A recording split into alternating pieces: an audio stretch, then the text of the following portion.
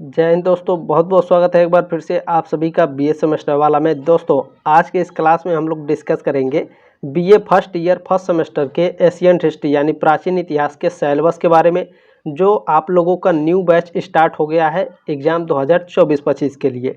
चाहे आपका exam subjective type होगा, चाहे आपका एग्ज़ाम ऑब्जेक्टिव टाइप होगा, किसी भी टाइप का एग्ज़ाम होगा, एकदम शानदार तरीके से तैयारी कराई जाएगी बीए सेमेस्टर वाला के साथ। ठीक है, चले तो दोस्तों देखें इसमें, ठीक है, मैं आपको बता देता हूँ BA first year first semester ancient history, ये आपके सब्जेक्ट का नाम है एशियंट हिस्ट्री। ठीक है, लेकिन आपका जो पेपर है, पेपर का नाम है आपका early civilization of India and world. ठीक है, भारत एवं विश्व की प्रारंभिक सभ्यता।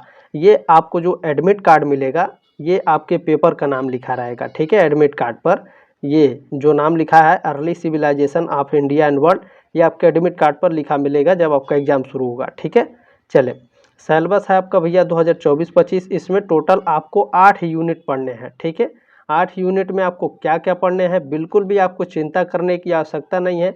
एक एक यूनिट आपको काफ़ी शानदार तरीके से पूरे विस्तार पूर्वक पढ़ाया जाएगा। ठीक है, चले आप लोग देख लीजिए पढ़ना क्या है, क्योंकि अगर आप जान जाते हैं कि हमें पढ़ना क्या है तो फिर बहुत चीज़ें आसान हो जाती हैं। ठीक है, देखिए यूनिट 1 में आपको पढ़ना भैया अध्ययन के स्रोत। ठीक है, वैदिक साहित्य, वैदिक साहित्य के अध्ययन के स्रोत क्या हैं इसके बारे में पढ़ना है। वेदांग साहित्य के अध्ययन का स्रोत क्या है, रामायण जो है और महाभारत है, इसके अध्ययन के स्रोत क्या क्या है इसके बारे में हमें पढ़ना है यूनिट 1 में। ठीक है, यूनिट 2 में आपको क्या पढ़ना है, सिंधु घाटी सभ्यता। ध्यान रखिएगा, सिंधु घाटी सभ्यता के बारे में पढ़ना है।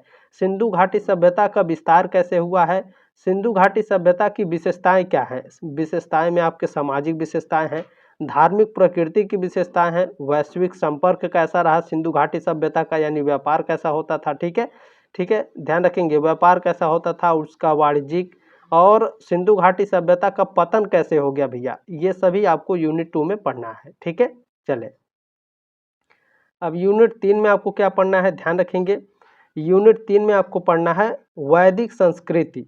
वैदिक संस्कृति के अंतर्गत आपको क्या पढ़ना है, वैदिक संस्कृति की प्रकृति।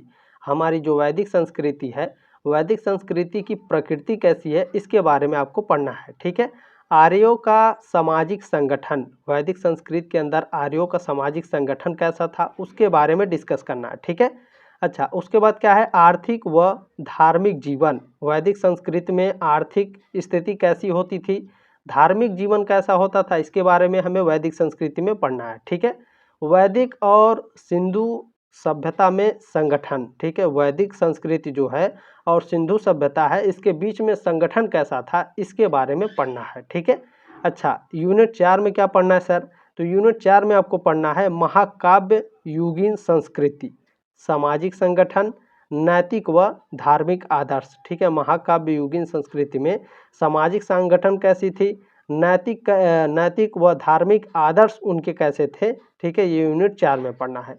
तो बिल्कुल भी चिंता आप लोग मत करिएगा। ठीक है, आप लोगों का क्लास बहुत ही जल्द शुरू होने वाला है। बस मैं सिलेबस डिस्कस कर दूं, ये आपका फर्स्ट सेमेस्टर, थर्ड सेमेस्टर और फिफ्थ सेमेस्टर का मैं सिलेबस जैसे डिस्कस कर दूंगा, आप लोगों का क्लास रेगुलर आता रहेगा। ठीक है, तो सब्सक्राइब करके जुड़ने का प्रयास जरूर करें।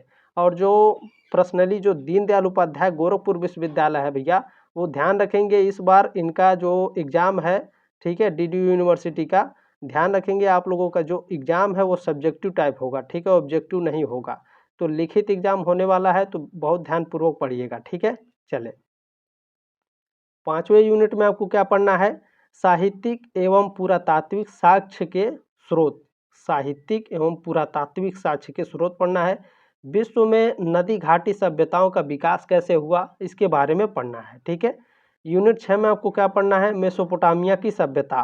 ठीक है, मेसोपोटामिया के सभ्यता में इसका उद्भव कैसे हुआ, मेसोपोटामिया की सभ्यता का विकास कैसे हुआ, मेसोपोटामिया सभ्यता की सामाजिक व धार्मिक विशेषताएं कैसी थी। इसके अंतर्गत सुमेरियन सभ्यता पढ़ना है, बेबीलोनियन सभ्यता है और असीरियन सभ्यता यूनिट 6 में आपको पढ़ने हैं। ठीक है, चले आगे बढ़ते हैं। यूनिट 7 और 8 में आपको क्या पढ़ना है भैया, देखें यूनिट 7 में आपको पढ़ना है नील नदी घाटी सभ्यता का उदय। जो नील नदी घाटी है उसकी सभ्यता का उदय कैसे हुआ और उसका विकास कैसे हुआ था नील नदी घाटी का। ठीक है, अच्छा नील नदी घाटी की धार्मिक व सामाजिक प्रकृति कैसी थी, इसके बारे में आपको डिस्कस करना है यूनिट नंबर 7 में, यानी चैप्टर 7 में। ठीक है, चलिए, जब आप लोग कक्षा 12 में, कक्षा 11, कक्षा 10, कक्षा 9, 8 में होते हैं तो वहाँ आपका पाठ लिखा होता है। ठीक है, जब आप ग्रेजुएशन में जाते हैं तो यहाँ यूनिट्स लिख करके आते हैं, तो कोई दिक्कत नहीं है। ठीक है, चले, यूनिट नंबर 8 में आपको क्या पढ़ना है भैया, चीन की सभ्यता पढ़ना है। ठीक है, पड़ोसी देश है हमारा चीन।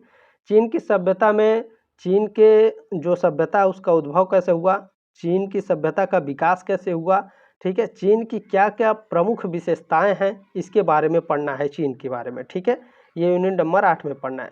तो दोस्तों ये रहा सिलेबस। अगर आप इसका पीडीएफ चाहते हैं, पीडीएफ, ठीक है, तो टेलीग्राम ग्रुप ज्वाइन कर लीजिएगा। आप ढूंढ लीजिएगा, वीडियो के ठीक नीचे आपको पीडीएफ मिलेगा। आप वीडियो ढूंढ लेंगे तो पीडीएफ आपको तुरंत मिल जाएगा, वीडियो के ठीक नीचे रहता है पीडीएफ। ठीक है, वहाँ से आप लोग डाउनलोड कर लीजिएगा। और भी अपडेट आते रहते हैं टेलीग्राम में, तो मैं देता रहता हूँ, तो आप लोग ज्वाइन हो जाइएगा। ठीक है, चले, जल्दी मिलते हैं साथियों आपके नेक्स्ट क्लास में। तब तक के लिए जय हिंद, वंदे मातरम।